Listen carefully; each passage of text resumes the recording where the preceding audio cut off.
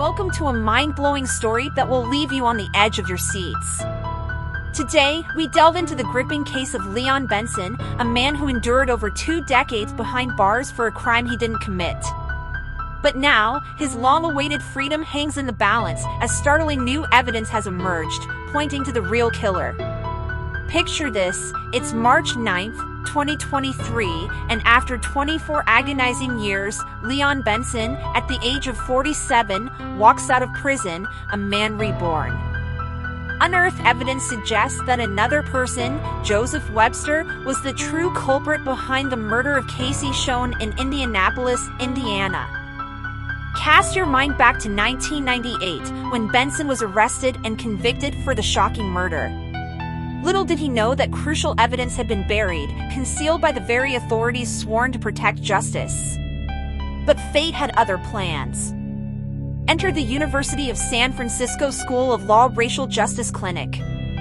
For 18 months, they relentlessly pursued the truth, uncovering a web of deceit that would lead to Leon Benson's exoneration, a triumph and a beacon of hope for the wrongfully accused. But how did this terrible injustice unfold? It all began with the lead detective, Alan Jones, failing to disclose vital investigative notes and reports. These documents could have turned the tides in Benson's favor, exposing Joseph Webster as the true perpetrator, shattering the credibility of Donald Brooks' testimony, who wrongly identified Benson as the murderer. The crime scene, nestled amidst a backdrop of drug activity and nearby gay bars, sparked speculation about Schoen's lifestyle. However, toxicology reports revealed no evidence of drug use. Despite the lack of substantial proof tying Benson to the crime, he was arrested, indicted, and ultimately condemned. But fate works in mysterious ways.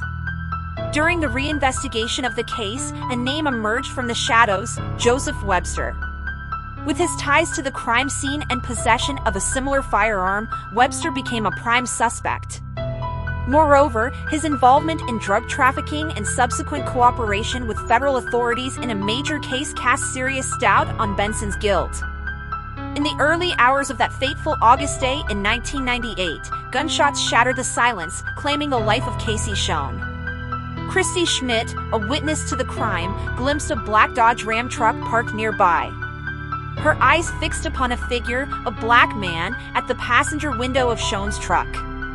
Yet, shockingly, Benson's appearance didn't align with Schmidt's description. The dawn of truth came with a flurry of newfound evidence. Suppressed notes from Detective Jones, unseen surveillance footage, and witness testimonies pointing directly at Webster painted a different picture.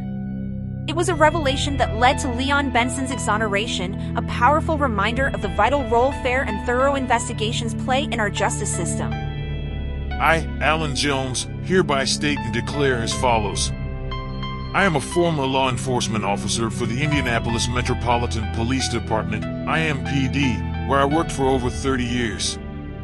In 1998, I was the lead detective investigating the shooting death of Casey Schoen, which occurred on August 8, 1998. In the course of my work as an IMPD law enforcement officer, I investigated over 50 homicides. Most of the victims in those cases were black males. Including Casey Schoen's case, I investigated fewer than 5 homicides in which the victims were white, which made this investigation unusual. As part of my investigation in this case, I also reviewed surveillance video from the night of the shooting from STS Peter and Paul Cathedral at 1347 N Meridian Street and from the Academy Apartments at 1350 North Meridian Street.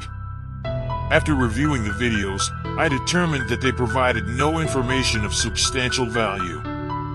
Accordingly, I did not collect those videos. After reviewing the file, I have concerns. Christy Schmidt was certain of her identification. On the other hand, I am troubled by the strong resemblance between Leon Benson and Joseph Webster, aka Looney, in their mug shots. If it is proved that the wrong man was put in prison for the murder of Casey Schoen, that would haunt me. And I would want that mistake to be corrected. Today I am 75 years old. I have had one stroke which has affected my memory a little bit, mostly my short-term memory. However, I have many independent memories of this investigation. and I reviewed materials related to the investigation which have refreshed my recollection. I declare under penalty of perjury and the laws of the state of Indiana that the foregoing is true and correct to the best of my knowledge. As we rejoice in Leon Benson's newfound freedom, let us be catalysts for change in our legal system. May his story inspire us to demand justice and ensure that the innocent do not suffer the harrowing consequences of wrongful convictions.